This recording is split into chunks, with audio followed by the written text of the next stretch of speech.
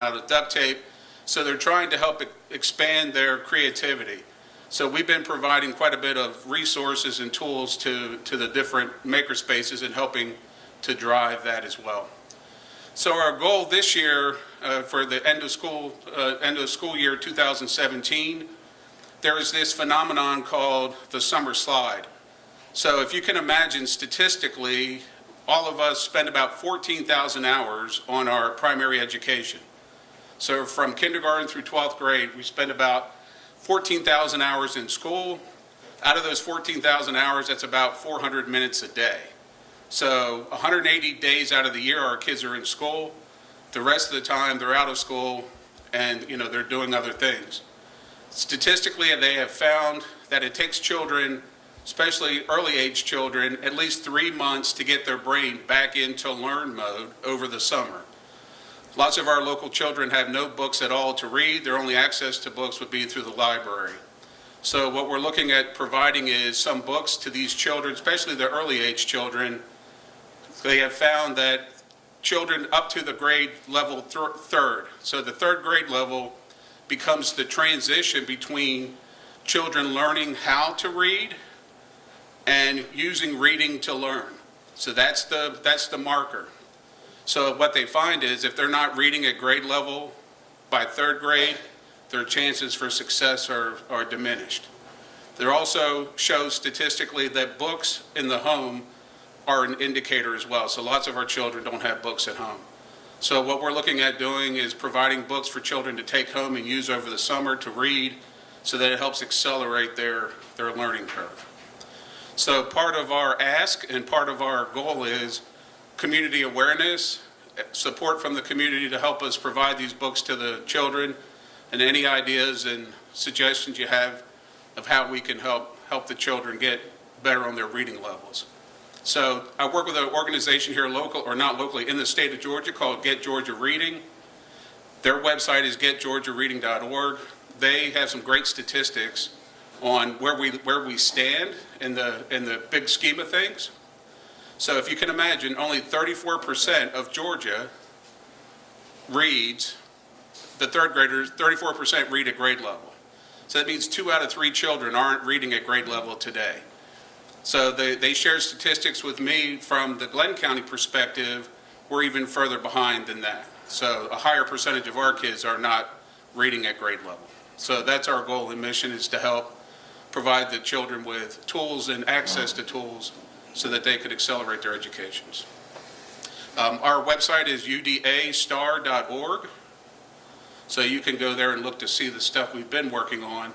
So to date, we've donated lots of Kindles, lots of desks, as well as lots of books, and that's our mission, is to continue that work. Thank you.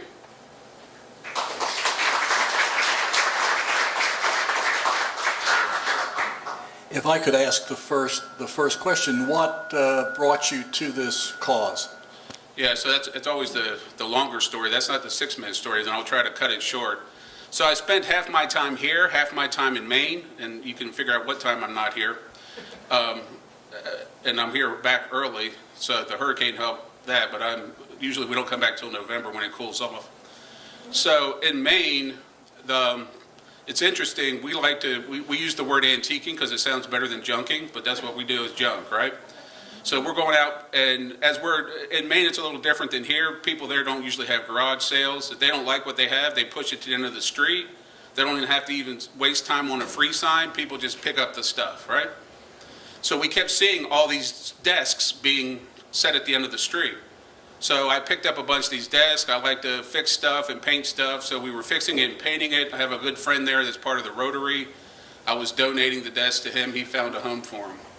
One of the students, personally to me, there's a guy that helps take care of our place in the wintertime. If you can imagine, he gets on the roof and shovels snow off the roof. I don't know why, but he does, because if it didn't, it would cave in. But he has a little girl, and I asked this little girl about school.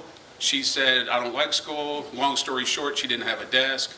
We provided her a desk, and within 6 months, she went from being a C student to loving school, being an A student. So that was a no-brainer. We just started saying, we can put a desk. If that's going to change one kid's life, it'll change every kid's life.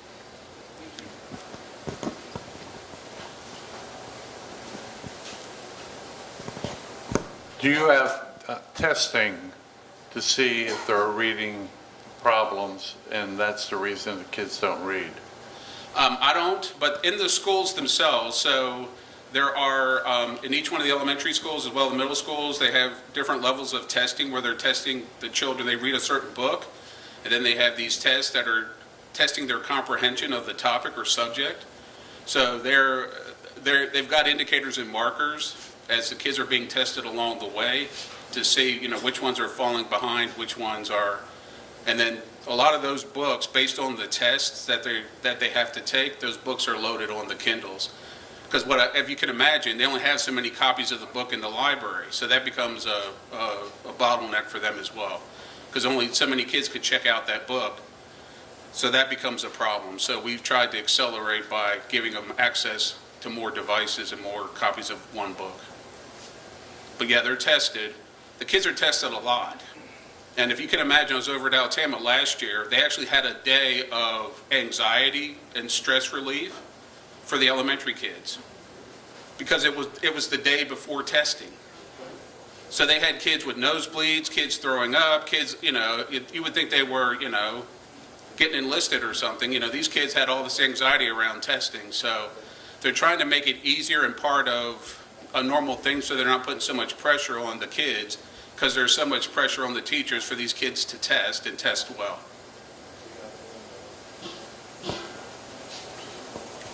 How do you measure your results? I mean, I see that you're donating the books.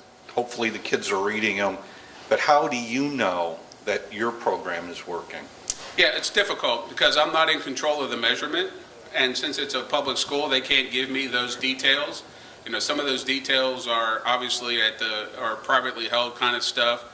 The thing that I see that's the most impactful for us is the children have to sign up to get access to a Kindle. So in every school that the Kindles have gone into, the waiting list has been 3-4 months. So at the time that the Kindles get introduced, they've got a 3 or 4 month waiting list for the children to want to check out a Kindle. So we see a huge impact and increase. The Media Center folks see children because they're measuring, like at Greer Elementary, they measure how many books and the kids are rewarded. So they saw a 15 to 20% spike when the Kindles went into their possession. The other thing that we find is that the children, since you don't get to see what topic is on the Kindle, if I'm not reading at grade level, a lot of these kids don't want to read because they know their friends are going to make fun of them. And they've actually seen better statistics around children that were reluctant to come and pick out books to now they're solely usually on the Kindle more than just checking books out.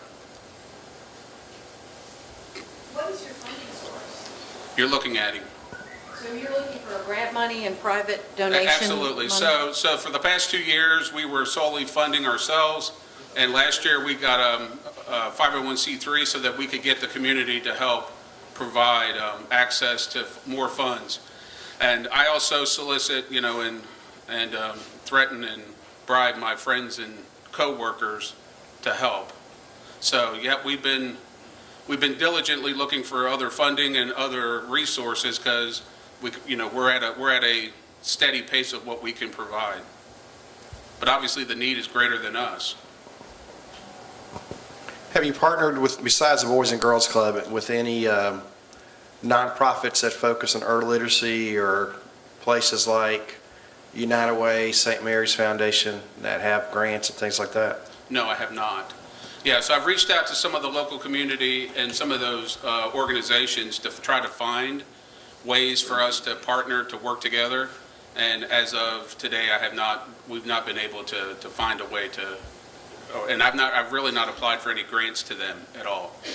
So my access to those folks or my interaction with those folks has been limited in that it's hard when I get foundations to help foundations, I guess. That's what I have found. So I've tried several ways and several angles to help introduce us to them to see if there's ways for us to partner or to get access to or suggestions.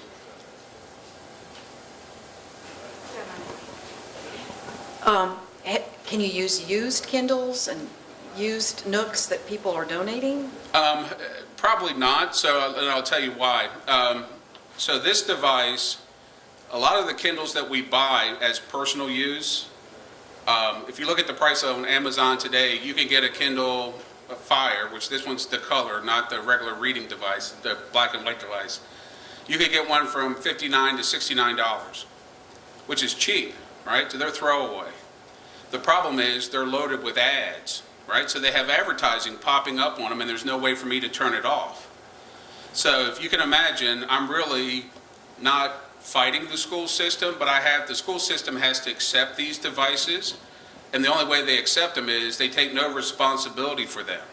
So when I donate them, I have to load them, I have to fix them, if something goes wrong with it, I am their support. So I've created a process to where it's easy because they're all the same.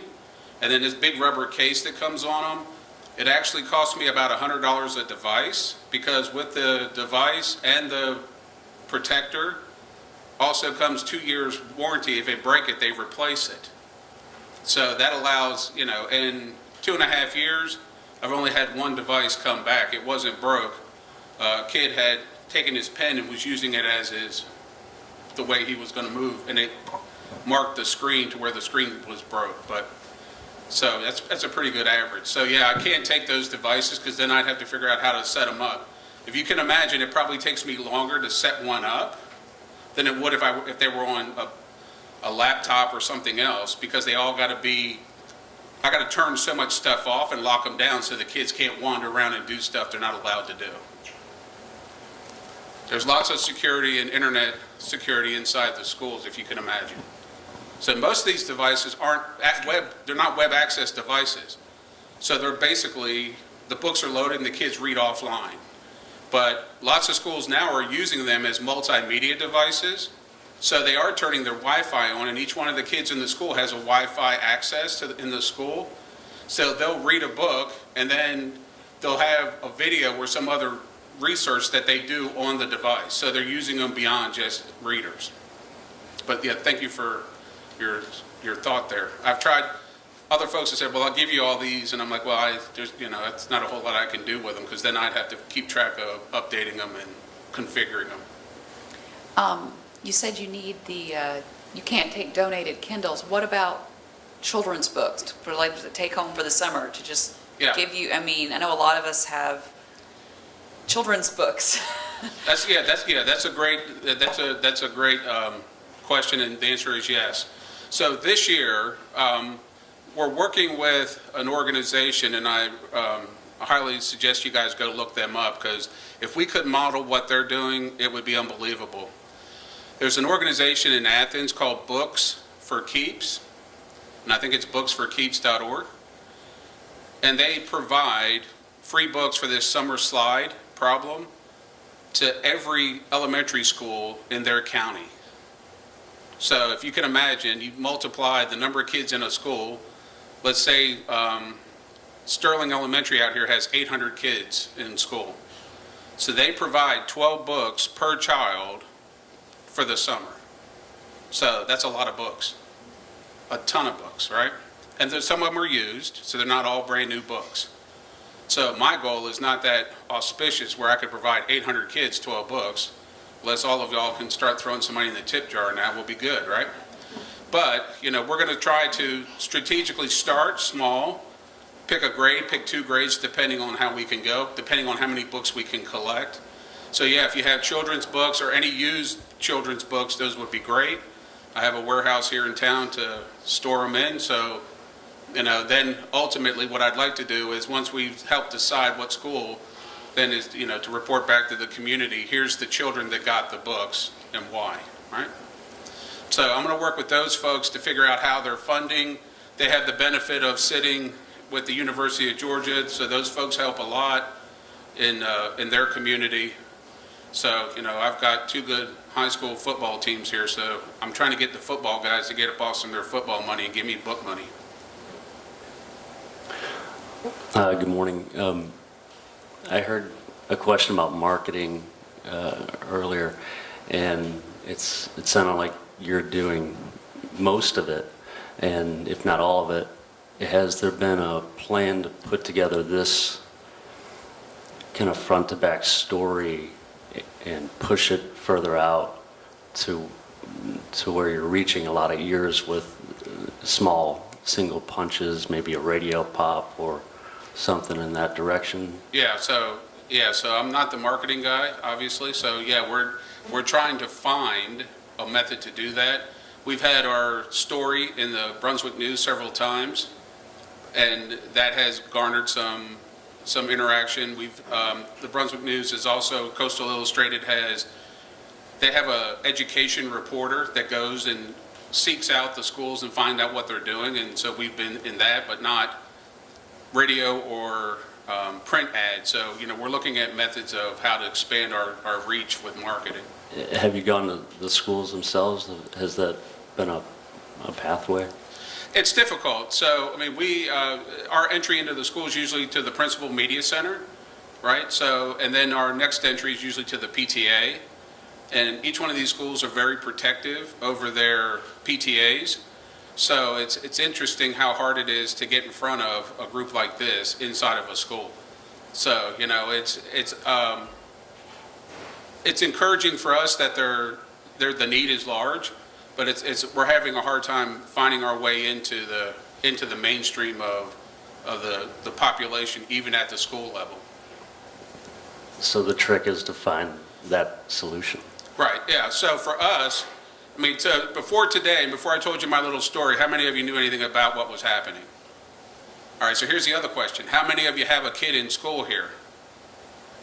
All right? So how many of you knew that the kid could get, if you have elementary kids, that the kids were writing essays to get a free desk? Nobody. And right now, over 100 kids have a desk, and over 10 schools, every elementary school in this county, their kids got a desk. So it's hard, it's like anything else, you've got the word of mouth is our biggest nemesis, but it's our biggest, vehicle to get exposure and access to the community. I think we have time for one more question. Plus, you can use your video that will be up on our website soon to use it as you choose to do, and it will be on the Kaufman site, which has worldwide reach. So yeah, I guess the last thing I'll say is, was it Ron Reniger? I worked with Ron this past summer. They had, through our story, so to talk about marketing and access. So Ron helps early education students, that's his class at the Coastal College. So he read our article in the Brunswick News, and he got a grant to procure Kindles to have his students help the summer school kids. So I helped him set those Kindles up so that then his future teachers could get access to that kind of stuff. So, so you're right.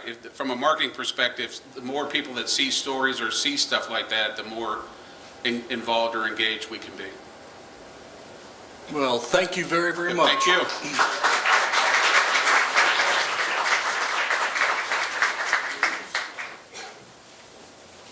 Please take a break and get a cup of coffee and mingle, network, do what you do, and we'll start in just a little bit. Thank you.